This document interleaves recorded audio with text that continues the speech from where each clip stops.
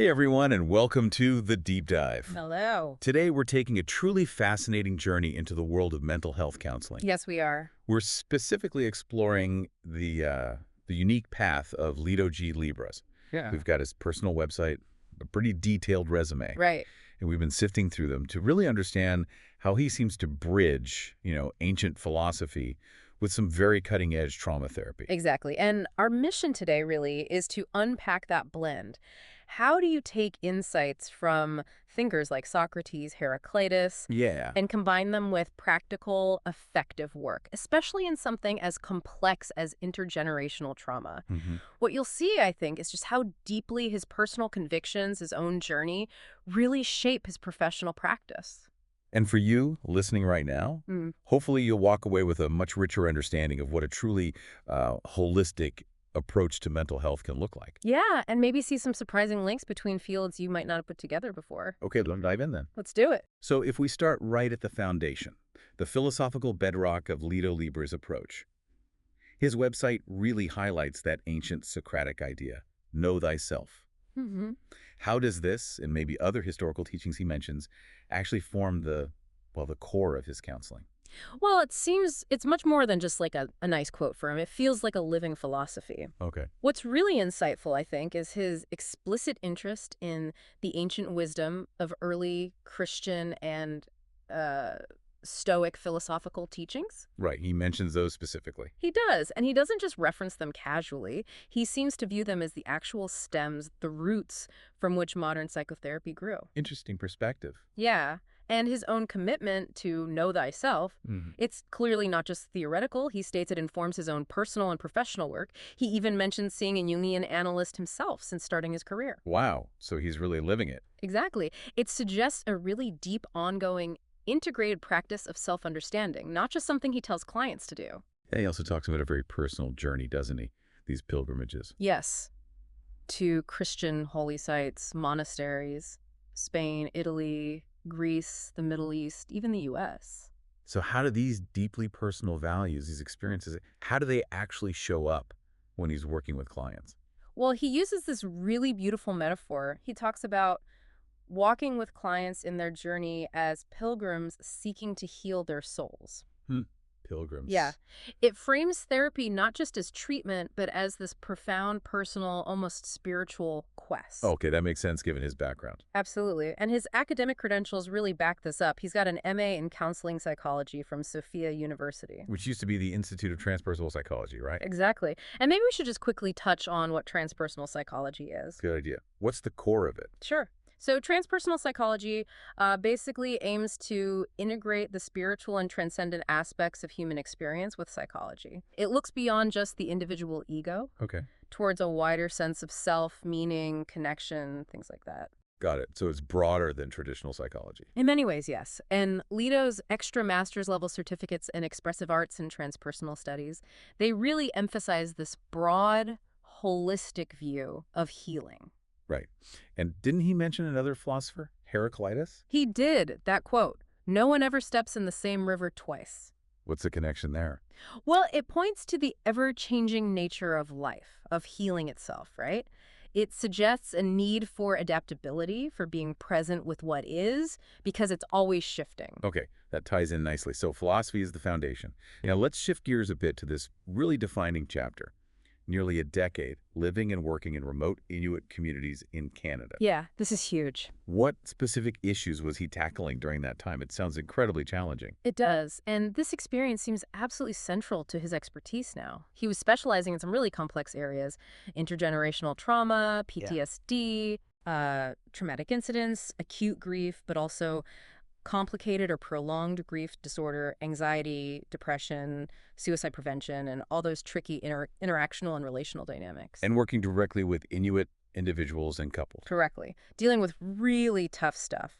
Suicide ideation, attempts, alcohol and marijuana use, trauma, domestic violence, the whole spectrum. His resume mentions specific roles like clinical therapist with the Nunavut government and mental health and addiction counselor with Labrador-Grenfell Health.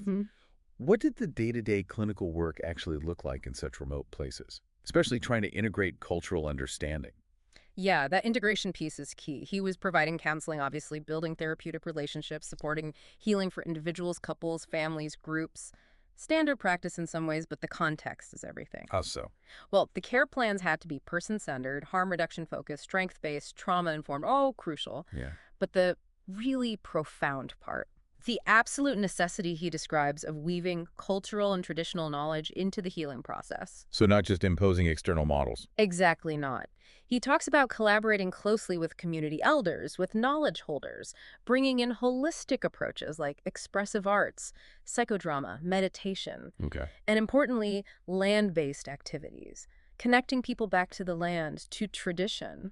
That sounds incredibly powerful. It really does. And he also provided counseling to Inuit inmates at the Labrador Correctional Center.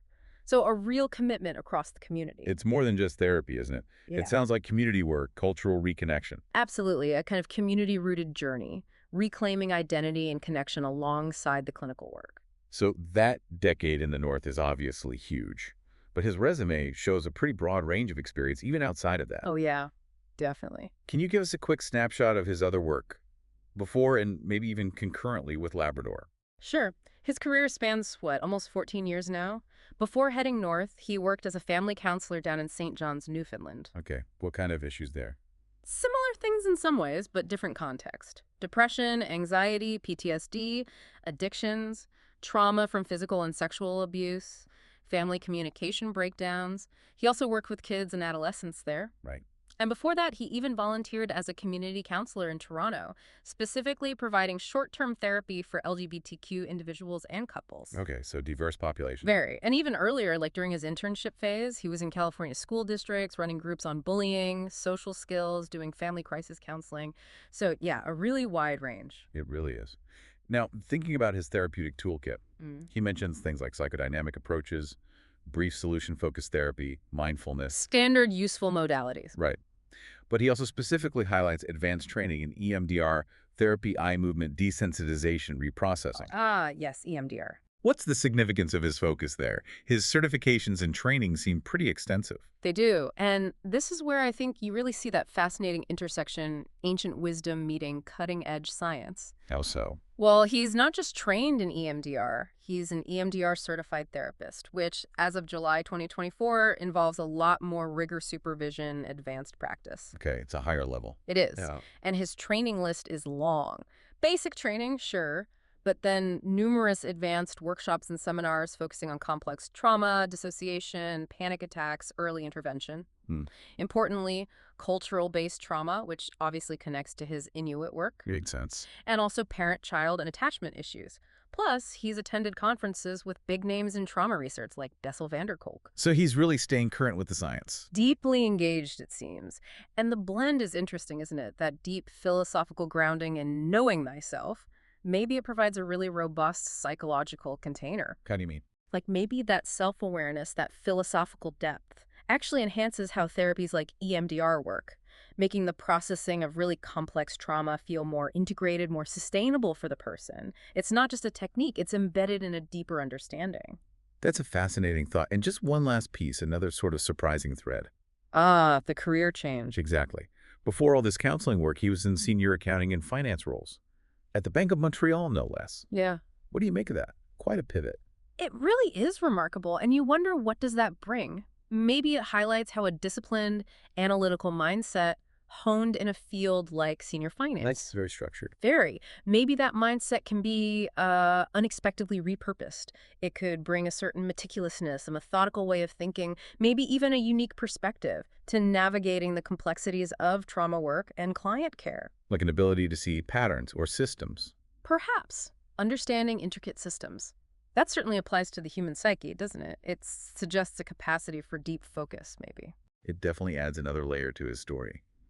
So, looking back at everything we've unpacked from his website and resume, what's the big takeaway for you listening? Well, for me, it really underscores how a career, a calling maybe, can be woven together from such different threads.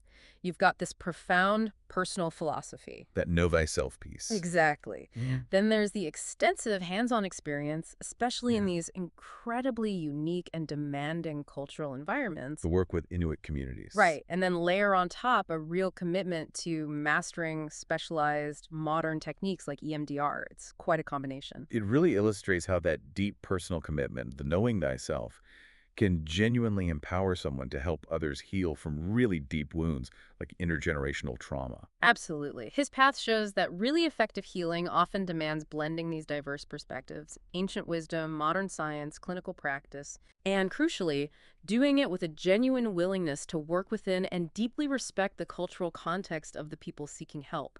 It's not just about applying techniques, it's about relationship and respect. You know, this whole deep dive, it kind of makes you wonder, doesn't it, about your own life? How so? Well, how might the seemingly unconnected parts of your own background, your values, your different jobs, maybe even surprising past careers like finance, how might they unexpectedly weave together to create something really distinctive and, well, powerful in whatever it is you do? That's a great question to leave people with. How do the threads of your life weave together, maybe in ways you haven't fully seen yet? Something to ponder as you go about your day.